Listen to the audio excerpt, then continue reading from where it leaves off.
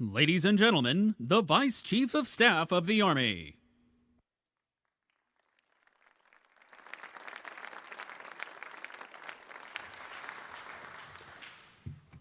Thank you all for coming. It's awesome to look out and see this crowd, to come here and support our great Army. So good morning, Secretary, Mrs. Hegseth, and Gwen. It's great to see you. You guys look great.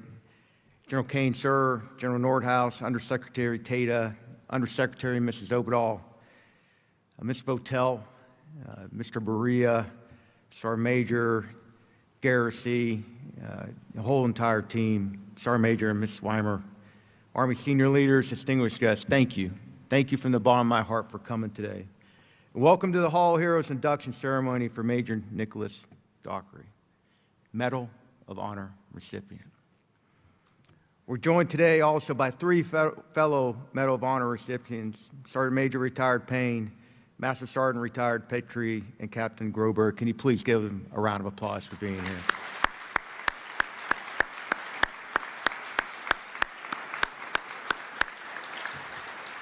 Gentlemen, thank you. Thank you for being here and just representing the incredible legacy of this award and the example you show for us all. As we begin, I'd like to start by acknowledging Nick's family, including his devoted partner, Jennifer, his wonderful grandmother who has captured all of our hearts this week, even had the president stop in his place as he was walking by to talk to her. It's been awesome to get to know you, and Mary, a dear friend, Chris and his brother, and a fellow U.S. Army soldier, his brother Blake. Thanks for coming. Army families are the backbone of our service, and God bless you for your support and devotion you've shown Nick. And let's give them all a round of applause, please.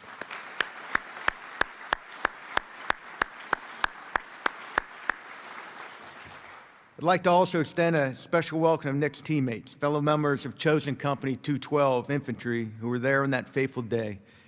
Gentlemen, will you please stand so we can honor you as well.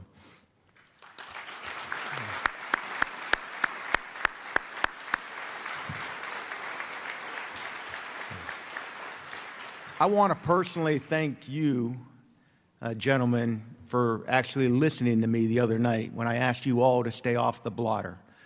I have not seen any notices, disturbances in the force. Let's keep that through the weekend, okay? God bless you all. A few of you may have noticed we're not actually at the Hall of Heroes inside the Pentagon. So what brings us here today to Comedy Hall? Well, it turns out the answer is pretty simple. When we did the math, we needed more space. Nick, it's because of you. There's a lot of people who want to celebrate you.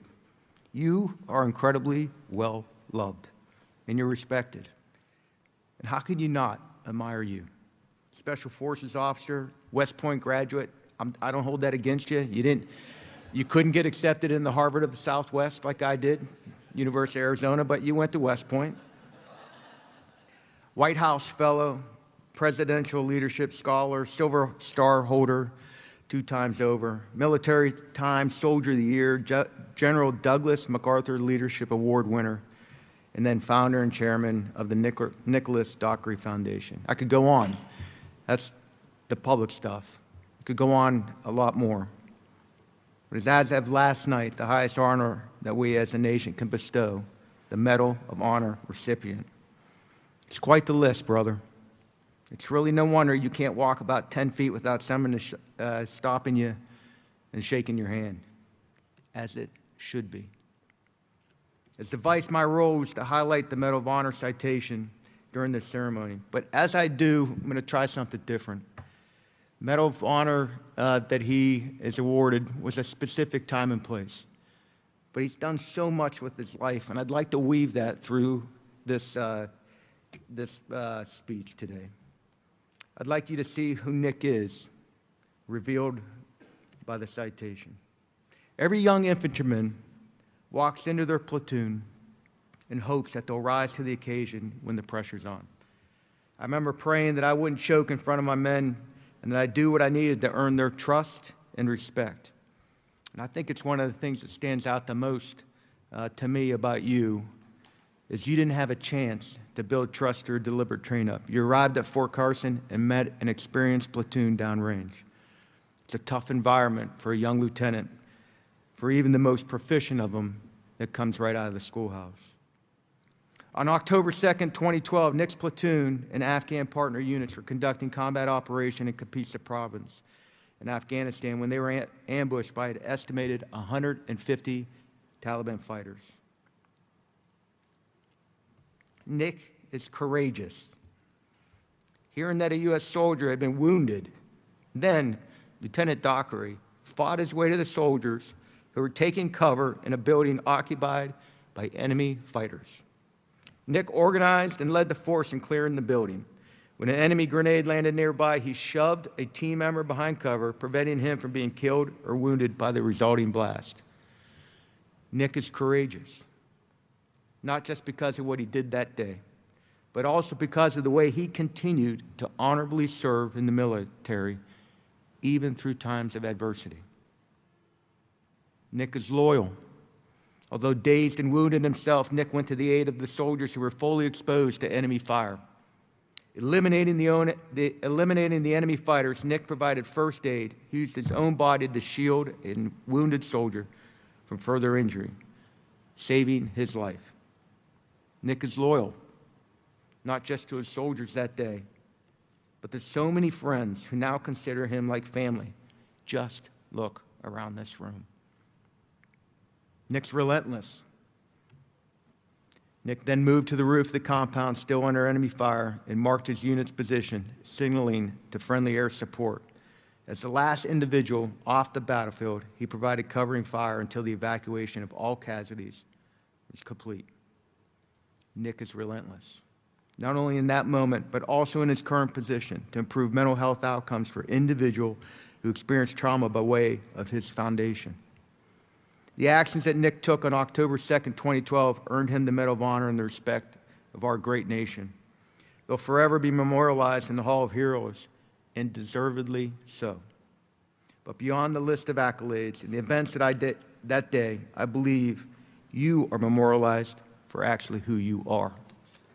Courageous, loyal, relentless. And I know that you are continuing to demonstrate that outside the walls of this hall throughout your foundation, Nick. We are damn proud to call you a U.S. Army soldier and now a Medal of Honor recipient. God bless you, Nick. God bless your family. This will defend.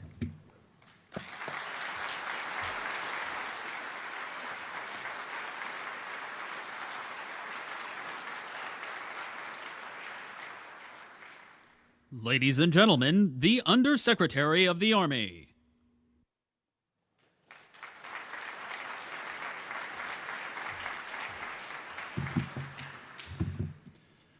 Well, good morning and welcome, Mr. Secretary, Chairman, Vice, SMA, all our distinguished guests, our Medal of Honor recipients that are here. Nick, a fair warning. I have it on good authority that as you enter that society, they're going to lump a number of responsibilities on you as the new guy. Mary Jennifer Blake, Frederick Caroline, and most importantly, Major Nick Dockery. I'm privileged to be a part of this tradition, this induction into the Hall of Heroes. The Hall is, as the Vice said, it's a physical place in the Pentagon. Our reverence for its spirit and its legacy is not confined by its walls. Today, that reverence fills this venue that needed to be used because of the number of people here.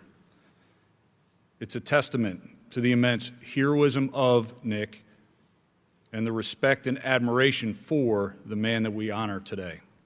To appreciate the weight of the moment, we have to consider the origins of the medal. It was established in the crucible of the American Civil War in 1861. It was created with a singular, vital purpose: to recognize actions that go so far beyond the normal call of duty that they defy the basic instinct of self-preservation. It exists because a nation that is built on the ideas of freedom and liberty must, in turn, elevate and immortalize those who are willing to pay the ultimate sacrifice to defend it. The medal cannot be won. It is not a prize to be sought. It is earned in the darkest moments of human conflict. It's earned in the mud. It's earned in the dust and in the sheer chaos of combat. The only things that matter during that time are the mission and the soldiers to your left and right. When the chaos descends, our soldiers do not have the luxury to panic. They rely on an unyielding devotion to one another, and they embody the Army values: loyalty, duty, respect, selfless service, honor, integrity, and personal courage. These are the bedrock of our profession. But what animates these values? What compels a soldier to organize and lead multiple assaults, to provide aid while under fire, to take grave risks, to marshal air support, and to only leave once every soldier is safe? It is the actual manifestation of the warrior ethos. I will always place the mission first. I will never accept defeat. I will never quit, and I will never leave a fallen comrade. Nick, you have lived these values. Amidst the very worst of war, you responded with the very best of what it means to be an American soldier. The physical representation of that valor, the medal you wear around your neck, it's heavy, but not because of the metal by which it's forged, because of the immense legacy and responsibility from which it's forged, the legacy of those who earned it before you, many of whom didn't survive. And as a living recipient, you bear a unique responsibility. You become an ambassador for hundreds of thousands of men and women who have sacrificed everything for our freedom. You bear the medal not as a monument to a single day, but as a lifelong commitment to the values it represents. And not only does this honor represent your individual valor, but also the men you fought alongside. The shared sacrifice of Chosen Company, 2nd Battalion, 12th Infantry Regiment, and to the enduring spirit of the American soldier. No soldier bears this immense weight alone. Mary, Jennifer, Blake, Frederick, Caroline, thank you. Your sacrifices, your unwavering support have been and always will be the silent force behind that man. The military family owes you a debt of gratitude that we cannot repay. Nick, your name now permanently resides in the Hall of Heroes. Long after we're gone, future generations of soldiers are going to walk the corridors in the Pentagon. They're going to see your name. They're going to read about your actions and your legacy. They'll understand your courage and your place in the lineage of American valor. We, the Army, are incredibly proud of you. We are honored to serve alongside you. Nick, may God bless you. God bless all our men and women in harm's way, and God bless the United States of America. This we will defend.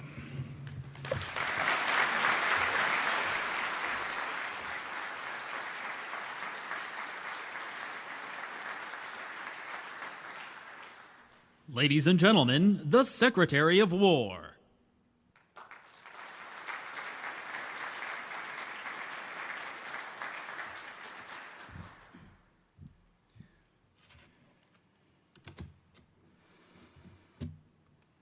Well, good morning.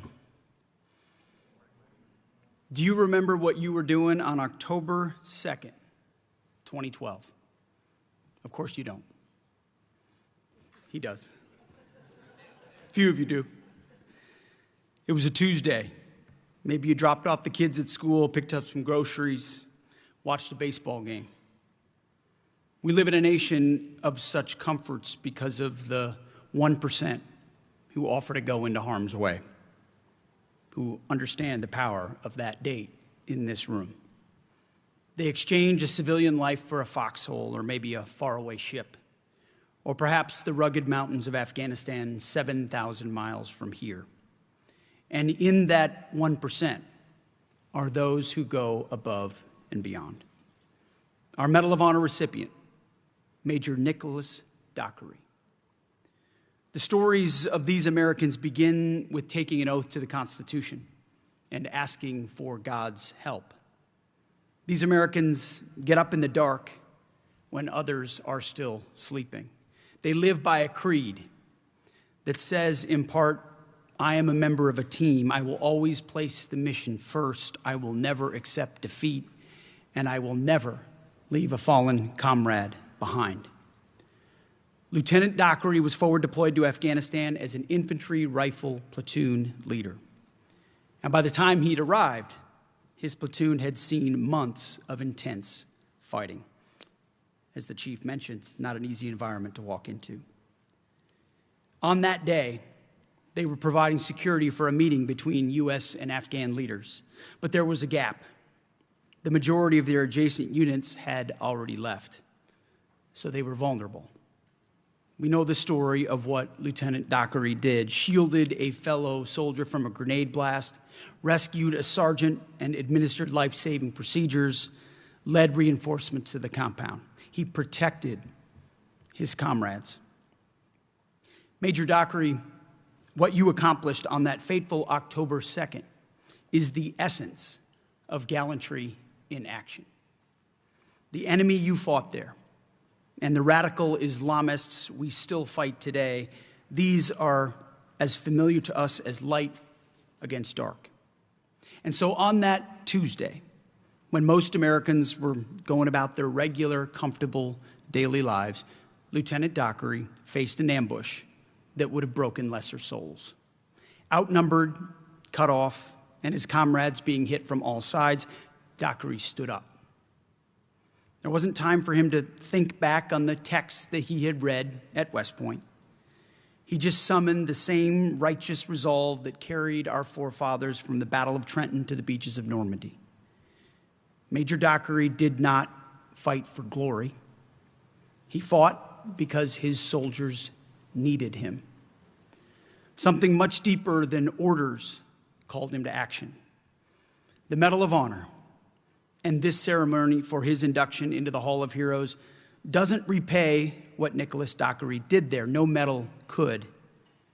It is given because as a nation, we have to remember, we have to honor, and we have to celebrate. What we honor, what we celebrate in any society is a reflection of what we value.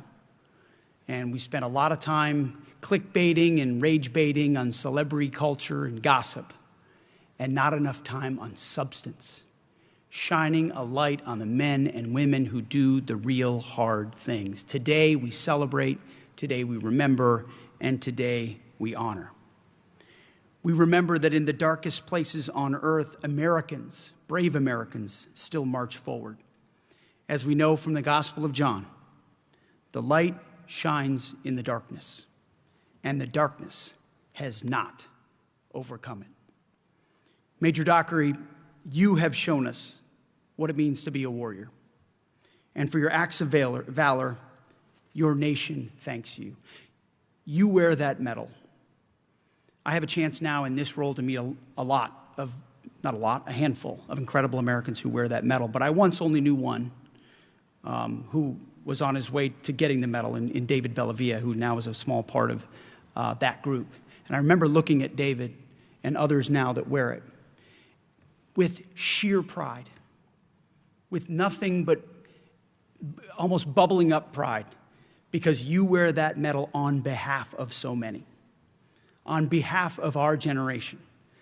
So many more that didn't do anywhere near what you did, but were a small part of that mission for the men and women to the right and to our left. And so we are proud of you. We are proud of you. We are proud of everyone who wears that medal, and may this nation hold you up as the true representatives of what it means to serve and to sacrifice on behalf of the freedoms that we love. God bless you. And God bless our great republic. Thank you very much.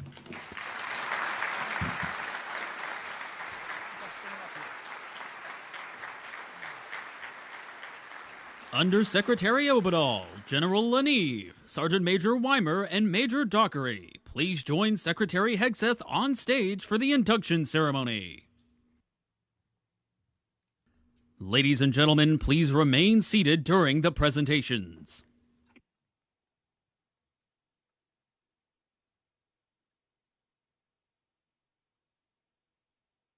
The President of the United States of America, authorized by Act of Congress, March 3, 1863, has awarded in the name of Congress the Medal of Honor to Second Lieutenant Nicholas Dockery, United States Army, for conspicuous gallantry and intrepidity at the risk of his life above and beyond the call of duty. Second Lieutenant Dockery's conspicuous gallantry, extraordinary heroism, and intrepidity at the risk of his life above and beyond the call of duty are in keeping with the highest traditions of military service and reflect great credit upon himself, his unit, and the United States Army. A framed Medal of Honor citation and photo is presented by the Undersecretary of the Army to Major Dockery.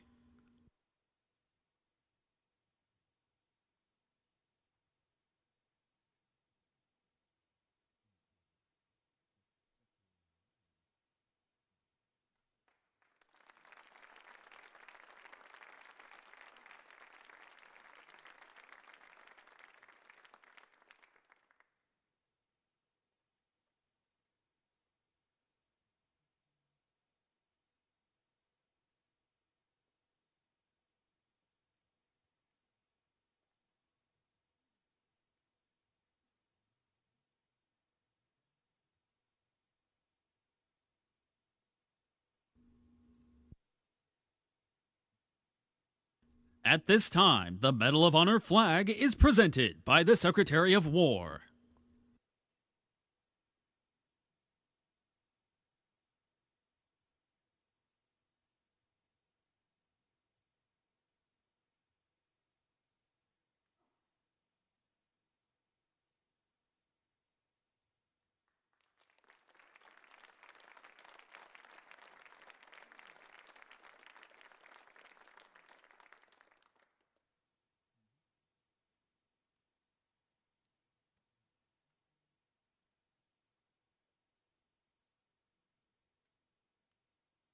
The Medal of Honor plaque will now be unveiled, inducting Major Dockery into the Hall of Heroes.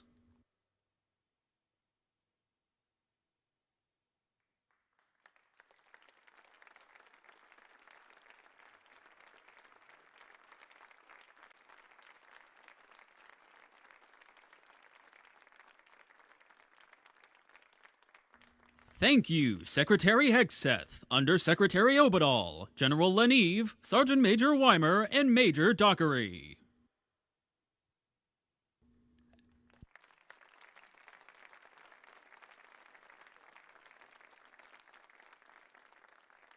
At this time, please direct your attention to the screen as a soldier unveils Major Dockery's name on the Medal of Honor Garden Wall at the National Museum of the United States Army.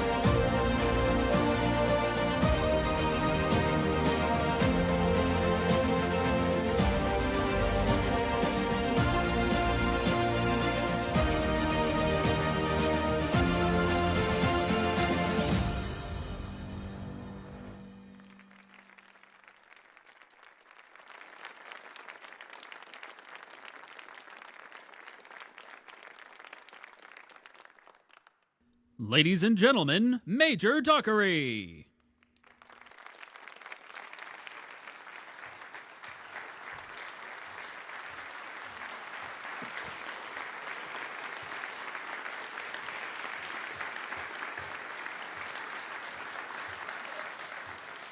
Thank you.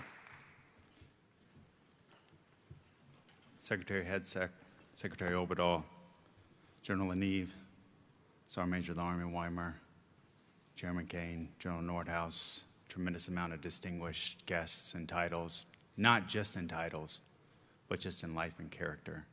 To my wonderful family that is here, to the men of Chosen Company. I just look around this room. Anybody who enters this service, and I'm going to pause before I start my words here, just reflecting on what shared with others that were on this stage. There's no way to encapsulate the way that it makes you feel to be part of this team and be part of this country. It's not all lost on me what those words mean, and to have you here. There's a lot of places you could be in life right now in this moment, but you're here, and well, thank you.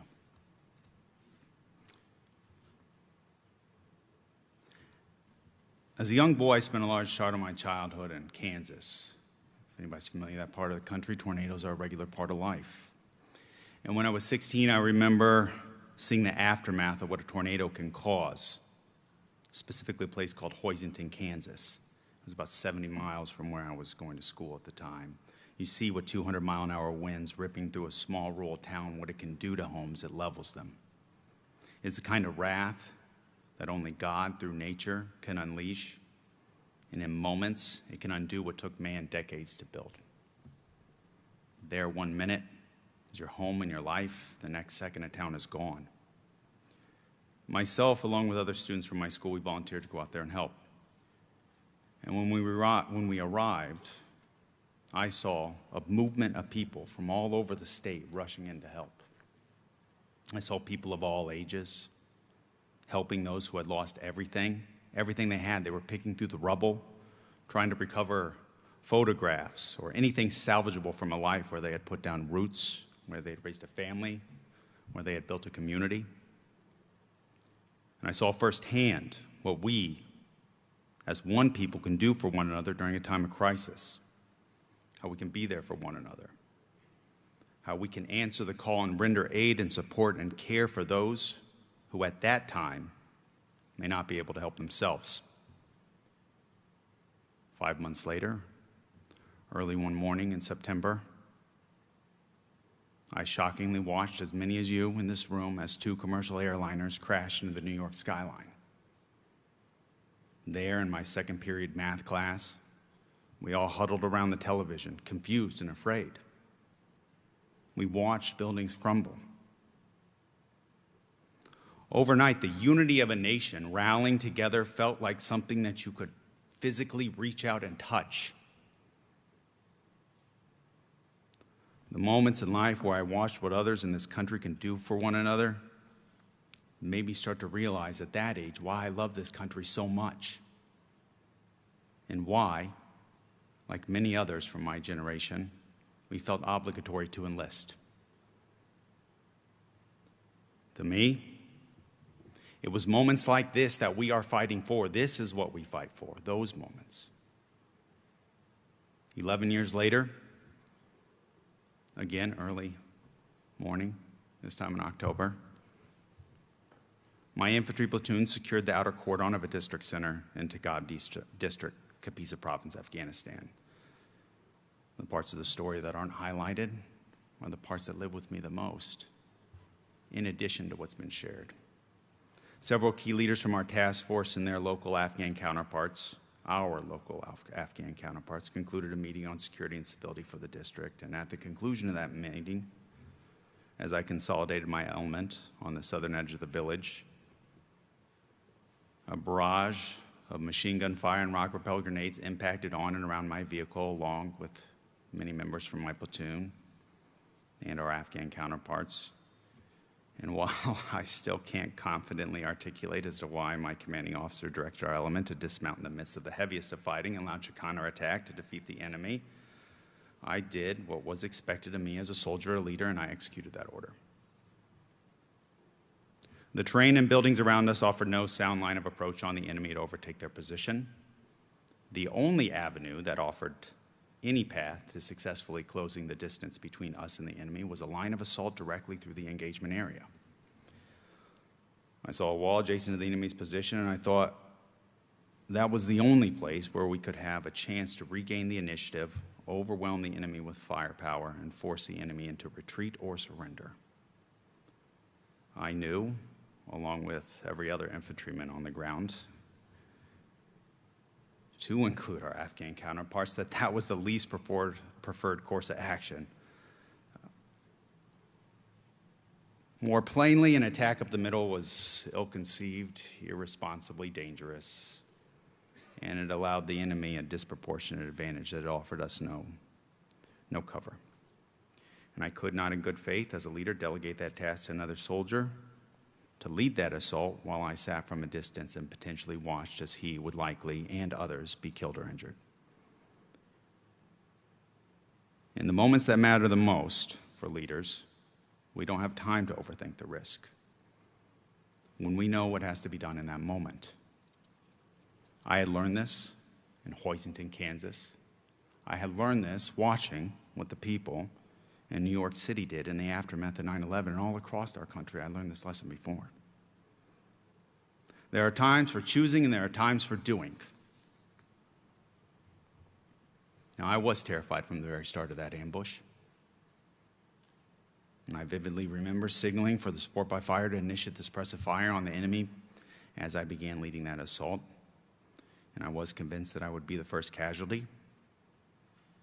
And the most terrifying part is, if I allowed that to become true, I knew somebody from my platoon would rush to my aid, and they too would become a casualty. But these are the hard decisions we require our leaders to make in this country, in uniform and out. And I was terrified. But I was also confident that it was the only option that had existed in that moment. I never thought that 50 meters of berms and small open terrain could be so far. But if I think hard enough, like anybody who can remember a pivotal moment in their life, I can feel the scorching summer heat radiating off the ground in that hot Afghan sun, the moon dust kicking up with every hard footstep, my boot made impacting the ground. Anybody that knows the taste of that dust when it gets into your mouth. And the rattling from side to side of my Kevlar helmet. As I did my utmost to stay locked on the wall, and I can still feel the sweat dripping down my eyes and that salt getting in and blurring it and stinging. But I didn't stop until I slammed into that wall. And for a brief moment, once I hit the wall, I then thought the only terrifying moment that I could have is if I were to turn around and discover that I was all alone, as if nobody had followed me at all. But then I began to hear, as each member of that assaulting element, running as hard as they possibly could, slam into that wall as well. I looked back to see the totality of us together, prepared to overwhelm the enemy. And I had no idea what would lie ahead of us for the rest of that day. I had no idea what would take place in that compound. But I did know somehow we would not only overtake the enemy, but we would live through that day.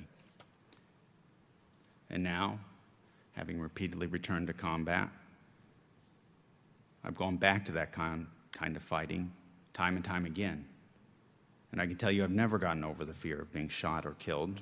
And I've never gotten over the fear that I would be responsible for the death of another soldier through my irresponsible decision-making. But I confidently do believe that fear is only crippling when there is no one there to help. And I never again felt the fear that I would ever find myself in a dire position, in a moment of darkness, in an episode of violence or crisis, and that there would be no one around me to help. Certainly not in the United States Army, and not once I returned to America. We as a nation, we've gotten really good at unifying when we feel threatened. Down at our core value, we are all the people of Hoisington. We are the people of New York City, digging through rubble, running up burning stairwells to help people we don't know. When the tornado actually hits, we are magnificent. When tragedy strikes, we know we won't be alone. We display acts of courage under fire that are near impossible to describe, and we find a way to be there for one another. But what troubles me the most is that on ordinary days, and the years in between tragedy and conflict, we seem to let the plot drift. It seems like we wait for the worst to happen before we are reminded what our true core values are, and we realize that we are on the same team, and we have an obligation to respect one another as fellow Americans. As of late, it feels like we're drifting towards something even more ominous. Americans treating fellow Americans like enemies, forgetting what Lincoln, standing on the Capitol steps not far from here, pleaded with his fellow Americans weeks before the onset of the first and only time we truly split, reminding them and us that we are friends, we are not enemies. And again, we have an obligation to maintain the bonds of affection to one another. Most days, I see opinions dismissed, people publicly criticized and dehumanized for caring about their country. And all too often now, in a way that ought to frighten us all, violence has become a reasonable alternative to respectable debate. You and I, many of us, we have seen where the road ends. And we've spent much of our lives in places where violence is the preferred solution. And I believe many of you can agree, and I believe this to my core, it is not the place that any of us would choose to be on purpose. Famously, as the story goes, a woman asked Benjamin Franklin as he was leaving the Constitutional Convention in Philadelphia if we had a republic or a monarchy. And he replied, "A republic if you can keep it." We don't like to admit this. Why would we? But our country did break. It broke once, when we decided that conversation was no longer the preferred course of action. You and I know and believe that time and time again we have demonstrated how strong we are united together, and how we feel when we help one another, respect one another, and think of ourselves as Americans first and by choice, rather than embrace this rhetoric of division that has been pushed upon us. Our history is full of people who loved this country, that continue to love this country. This room is a manifestation of that love. I'm one of those people. Even at the times of my life when I could not love myself or allow others to love me, I never once questioned my love for this country. Our nation is filled with great moments of unity. Every day there are moments of respect and compassion shared between one another. But collective unity cannot be limited to the moments in our darkest hours. It cannot be reserved solely for times of crisis. I love my country. And if we all remember this, the best of America is yet to come. Thank you. God bless the United States Army, and God bless the United States of America, and God bless all of you. Thank you.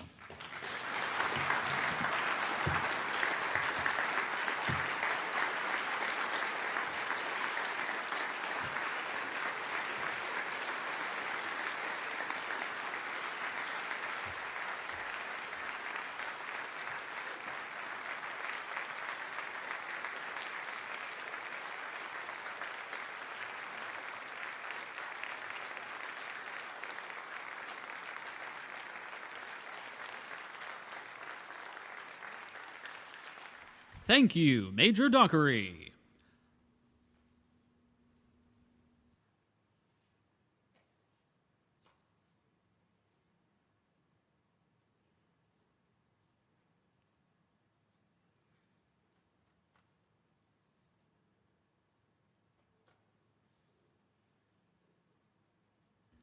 Ladies and gentlemen, please remain standing and join in the singing of the Army song.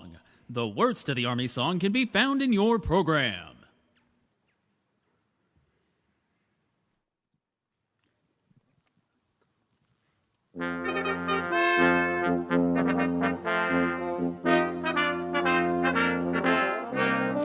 March along, sing a song with the army of the free. Count the brave, count the true, who have fought to victory. We're the army and proud of our name.